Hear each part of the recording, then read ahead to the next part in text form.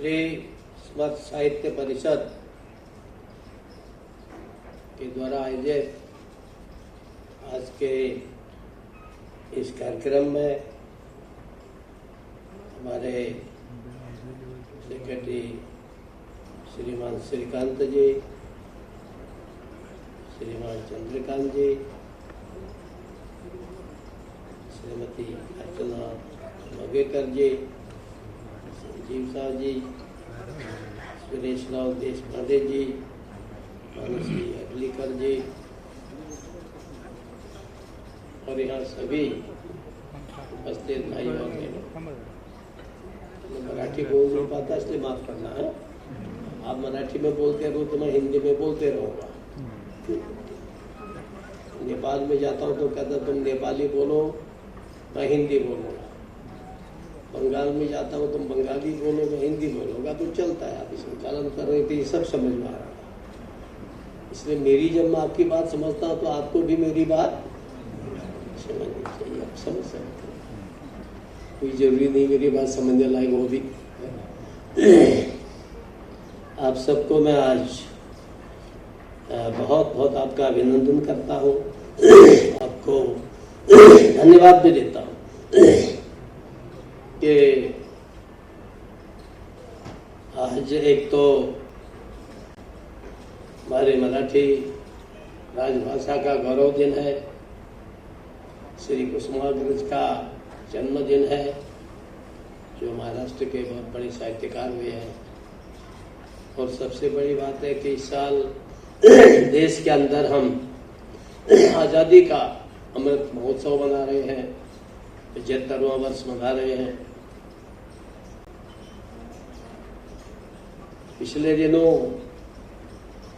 जब राम मंदिर का शिलान्यास हो रहा था तो मुझे उस समय समर्थ याद आ रहे थे, स्वामी समर्थ रामदास जी याद आ रहे थे।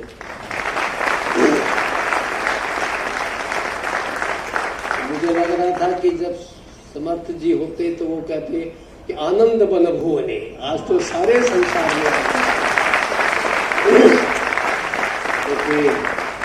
जब छत्रपति शिवाजी महाराज का उस समय के आताताइयों को, उस समय के सारे हमारे इस देश को जो रोंद रहे थे, यहाँ के धर्म, यहाँ की संस्कृति, इसको जब वो समाप्त कर रहे थे, तो जब वो विजयी हुई, राज्यारोहण हुआ, तो समर्थ तो सन्यासी थे, लेकिन चूंकि उन्हीं की प्रेरणा से, उन्हीं के आशीर्वाद से छत्रपति जी सब कुछ कर पाए थे। तो उस समय उन्होंने अपने जो प्रसिद्ध उनके पद है, वो आनंद बन भुवने, उनके अत्याचारों का वर्णन करने के बाद कैसे, अभी आप राम राज्य की बात कर रहे थे, कैसे आगे राम राज्य होगा, कैसे देश के अंदर धर्म राज्य होगा, न्याय का राज्य होगा, इसके लिए उन्होंने कहा कि आज तो दुनिया में सबसे बड़ा आनंद का दिन है। तो समर्थ जी, रामदास जी सचमुच इस देश के अंदर अनेक समय पर हर युग में संतों का आविर्भाव हुआ है। और जब देश के अंदर अंधियारा छा जाता है, जब सत्ता ठीक ठाक होती है, आजकल आप देखते होंगे ना, जब कभी कोई एमएलए होता है, एमपी होता है, तो उसके पीछे बहुत भगते हैं लोग। जब वो माजी एमएलए, माजी खासदार होता है तो कोई साथ देने वाला भी नहीं। तो चंद्रकांत जी कहते मेरा तो साथ देते हैं और नहीं भी देते तो गवर्नर तो देता ही है। तो एक प्रकार से हम लोग, इस संसार का नियम है कि शक्ति की ही सर्वत्र पूजा होती है। और शक्ति है तो एक छोटे से 30 लाख 40 लाख के इजराइल से चारों ओर के अरब कंट्री त्रस्त होते, जिनकी करोड़ों की जनसंख्या, करोड़ों सब कुछ उनके पास है। इस शक्ति ही सब कुछ है। और इसलिए हमारे यहाँ शक्ति की आराधना की जाती है। और हमारे यहाँ कहा जाता है कि शिव में से अगर ई हटा दो, ई माने शक्ति, शिव में से ई हटा दो तो क्या हो जाएगा? सब हो जाएगा। तो ये जो शक्ति है ये जीवन के लिए आवश्यक है। जिस दिन हमारे अंदर से ई शक्ति खत्म हो जाती है, प्राण चले जाते हैं, फिर हम माटी के पुतले रह जाते हैं। और लेकिन जब तक है ये तो आना जाना रहेगा। परंतु गंगा में पानी बहता रहेगा, गोदावरी में बहता रहेगा, कितने हजार साल से बह रहा है पता नहीं। पानी चला गया तो खत्म थोड़ी हो गया, फिर पानी आ गया, चलता रहा चलता रहा। ऐसे ही समाज जीवन का भी है, राष्ट्र का भी है। ये सतत बहने वाली गंगा गोदावरी जैसी है, कृष्णा कावेरी जैसी है राष्ट्र की धारा। और इस धारा में जब जब आवश्यकता पड़ती है तब तक वैसे लोग पैदा होते हैं, तब तक वैसी चीजें देश के अंदर खड़ी होती है।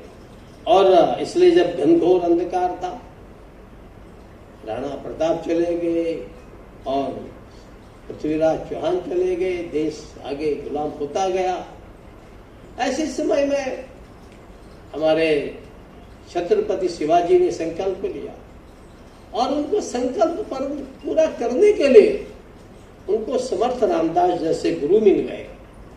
और इस देश की परंपरा है, इस देश में गुरु ऐसी परंपरा है कि अगर किसी को सदगुरु मिल गया तो सब कुछ मिल गया, और सदगुरु नहीं मिला कितनी सत्ता है वो खत्म हो जाती है। फिर जितने हमारे राजा महाराजा चक्रवर्ती सब हुए, चाणक्य के बिना चंद्रगुप्त को कौन पूछेगा, समर्थ के बिना कौन शिवाजी को पूछेगा।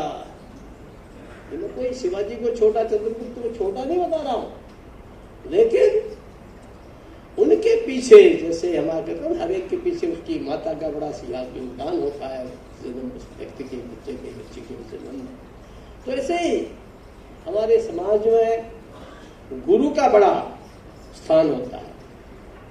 और समर्थ के प्रयास से भला बोले ना, समर्थ ने शिवाजी ने कहा तो छत्रपति ने मेरे को अब राज्य आपकी कृपा से मिल गया है।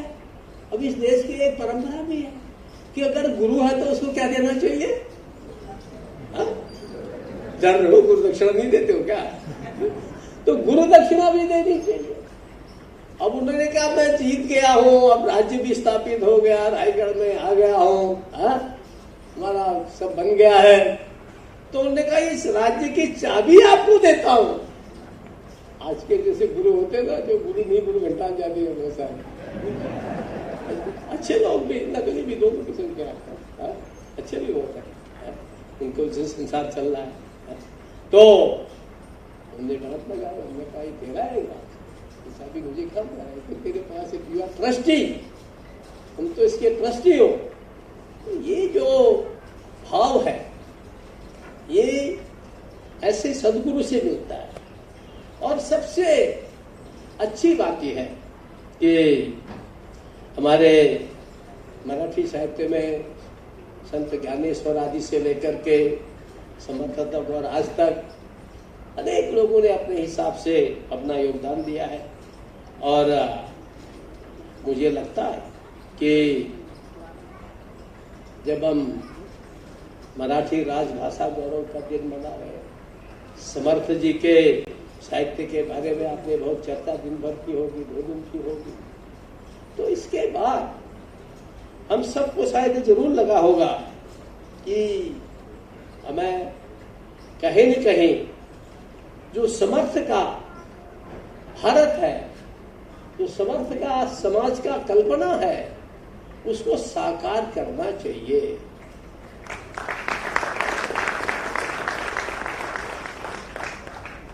जब मेरी दृष्टि किसी ने मैंने कहा मुझे मराठी सीखनी है, तो मेरी नर्स ने मेरे को एक प्राइमरी की किताब दी, कक्षा 1 की 2 की।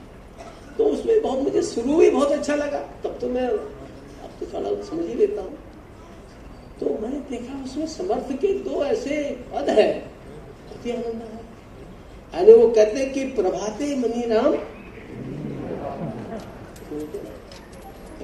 कितने बोलते प्रभात प्रभात मनी राम, यहाँ के वो बोलते कुछ भूल जाओगे। तो जब वो कहते कि प्रभाते मनी राम चिंतित जावा, मन में केवल सुबह ही सुबह राम नाम मत लो। अगर हर समय आप प्रभात से लेकर सोने तक ही अगर राम नाम लेते रहोगे तो फिर कुछ उद्धार होगा ना। प्रभात में तो राम नाम ले लिया मनी राम, और दिन में फिर आजकल का MONEY मनी राम ले लिया, नाम चलेगा। इसलिए वो मुझे बहुत अच्छा लगा है, और उसमें वो बहुत अच्छे ढंग से जो शब्द कहते हैं, मैं पूरा नहीं पढ़ूंगा, समय लगेगा, मुझे भी जाना है, और आपको भी लोग बैठे हुए उनके सामने क्या बोलूं, अनपढ़ जैसा आदमी है। लेकिन उसमें जो आगे कहते हैं सदाचार हाँ छोड़ो नहीं, तो यानी जो सदाचार है इसे छोड़ना नहीं है। अब जीवन के अंदर ये जो सदाचार है यही सबसे बड़ी चीज है। अगर सदाचार हो तो एक इतना बड़ा देश है और एक छोटा सा देश है, उस पर हमला कर देगा क्या? अरे लड़ाई अपने बराबर वाली से होती है, सदाचार नहीं है। आपने देखा होगा ना, ये जो रावण था इसके पास क्या नहीं था, बोलो? रावण के पास महाशक्तिशाली देवता इंद्र भी उसके अंदर में था, महाविद्वान, वेदों का विद्वान, बताइए था नहीं था। और उस समय, अब तो मैं जाति प्रथा की मैं तो खिलाफ हूं, तुम लोग जाति गणना कर रहे हो, अलग बात है, महाराष्ट्र में, देश में तो ब्राह्मण कुल बड़ा माना जाता था, उसमें भी पुलस्त्य बहुत बड़ा श्रेष्ठ माना जाता था। तो आप बताइए, वो इतने श्रेष्ठ ब्राह्मण पुलस्त्य का तो वो नाती था, तो क्या कमी थी भाई उसमें? ताकत की कमी, उसमें पैसे की कमी, सोने की लंका थी, फिर क्या कमी थी कि एक सामान्य से राम से वो हार गया? क्यों हारा? इतना सब कुछ होते हुए भी, धन है, भव है, शक्ति है, ऊंचा कुल है, वेद पाठ है, सब कुछ है, विद्वान है, क्यों हार गया? इसलिए कि राम सदाचारी थे, ये दुराचारी था, इसके पास सदाचार था ही नहीं।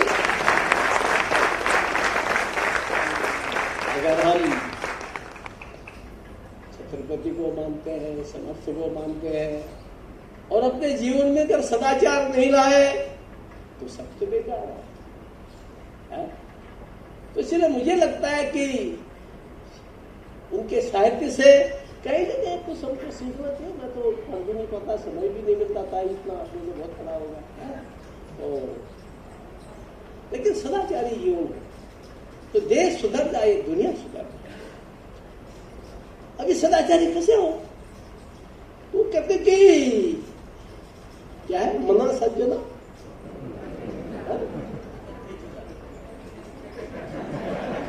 याद रखो बहुत अच्छा। मैं टीचर रहा हूं तो इसे पूछा करता हूं।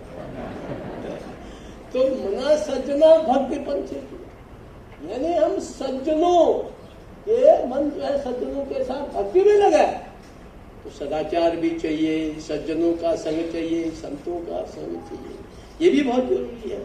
और इसलिए मुझे ऐसा लगता है कि हमें जब सदाचार होगा, सज्जनों का साथ होगा, सज्जनों का साथ होगा, फिर संत मिलेंगे, और जब संत मिल जाएंगे तो जो आप और हम सहजता से नहीं प्राप्त कर सकते, वो आखिरी चीज जो मैंने विशेष करके समर्थ में देखी है उनके दासबोध में, जिस पर वो बहुत ज्यादा जोर देते हैं, एक प्रकार से अंतिम लक्ष्य है। तो इस सदाचार, सज्जन, संत, ये सब मिलने के बाद ही तो हमको क्या मिलेगी? फिर वो कहते हैं कि सायुज्य मुक्ति मिलेगी।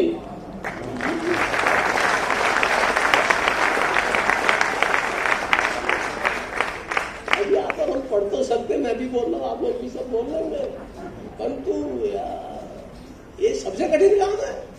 ये हजारों करोड़ों लोगों में से एक आपको मिलता है, लेकिन अगर लगेंगे नहीं, जानेंगे नहीं, तो कहां से प्राप्त करेंगे? इसलिए जिस साहित्य में इतनी श्रेष्ठ चीजें दी गई हो, मुझे लगता है कि ये देश की आवश्यकता है, समय की आवश्यकता है कि हम समर्थ के साहित्य का अध्ययन करें, मनन करें, और समर्थ को केवल महाराष्ट्र की 4 दीवारों में बंद न कराए तो समर्थ जैसे आज वाल्मीकि सारी दुनिया में है, तुलसीदास भी लगभग सारी दुनिया में फैल गए हैं। मुझे लगता है कि जो कुछ मैं थोड़ा बहुत पढ़ पा रहा हूँ, समझ नहीं मिलता, फिर भी कुछ कुछ दासबोध को देखता हूँ, तो मुझे लगता है कि समर्थ का साहित्य ये दुनिया की आवश्यकता, अभी आवश्यकता पूरी कैसे होगी? तो कुछ हमको भी सदगुरु पकड़ने पड़ेंगे, उनके चरणों में जाना पड़ेगा, कुछ हमको भी साधना करनी पड़ेगी। ये जरूरी नहीं है कि क्या है वो क्या समझ क्या सावधान को द्वारा, हाँ वो जो शादी के समय कहा कि सावधान रहो, तो वो वहां से सावधान होके चल दिए। आपको जाने की जरूरत नहीं है, आपके बच्चों को आप कहोगे कि कुछ क्या बता रहा है, हमारे बच्चे से चले जाएंगे। तो हमारा कहना है कि हम सब लोग उस दिशा में अगर कुछ न कुछ करेंगे तो निश्चित रूप से मुझे ऐसा लगता है कि बहुत ही अच्छा होगा। तो वो कहते क्या जमीन को सर सोलो नहीं जाओ, कोई निंदा तो बिल्कुल ही छोड़ दो, और जो बंदे अच्छी बातें हैं उनको कहा सब ओर से स्वीकार।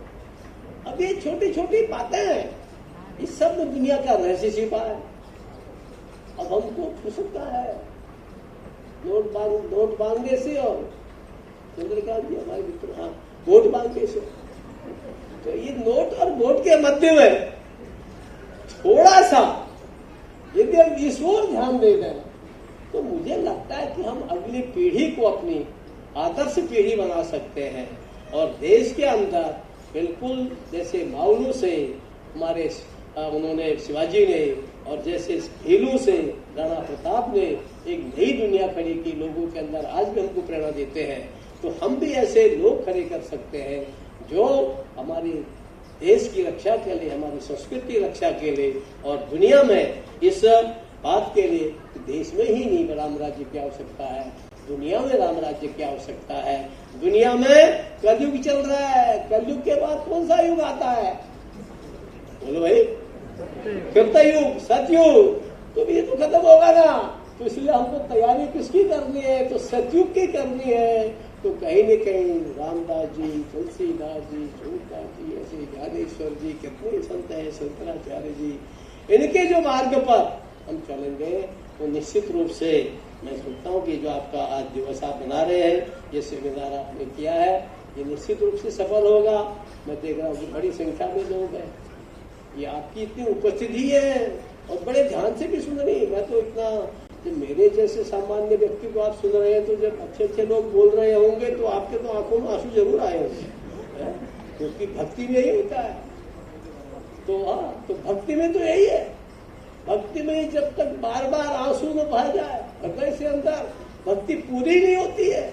और इसलिए मुझे लगता है कि अपना यह अधिवेशन बहुत अच्छा रहा होगा, सफल रहा होगा, और मेरा विश्वास है कि हम सब लोग आज जब ये समय पूरा कर रहे हैं, अपना इस अधिवेशन पूरा कर रहे हैं, इसका समापन हो रहा है, तो मेरा पूरा विश्वास है कि हम सब लोग जब यहाँ से जाएंगे तो एक नई चेतना लेके जाएंगे, नई प्रेरणा लेके जाएंगे, और समर्थ साहित्य का अध्ययन ही नहीं करेंगे, उसका प्रचार ही नहीं करेंगे, बल्कि अब उसको अपने जीवन में उतारने का प्रयास करेंगे।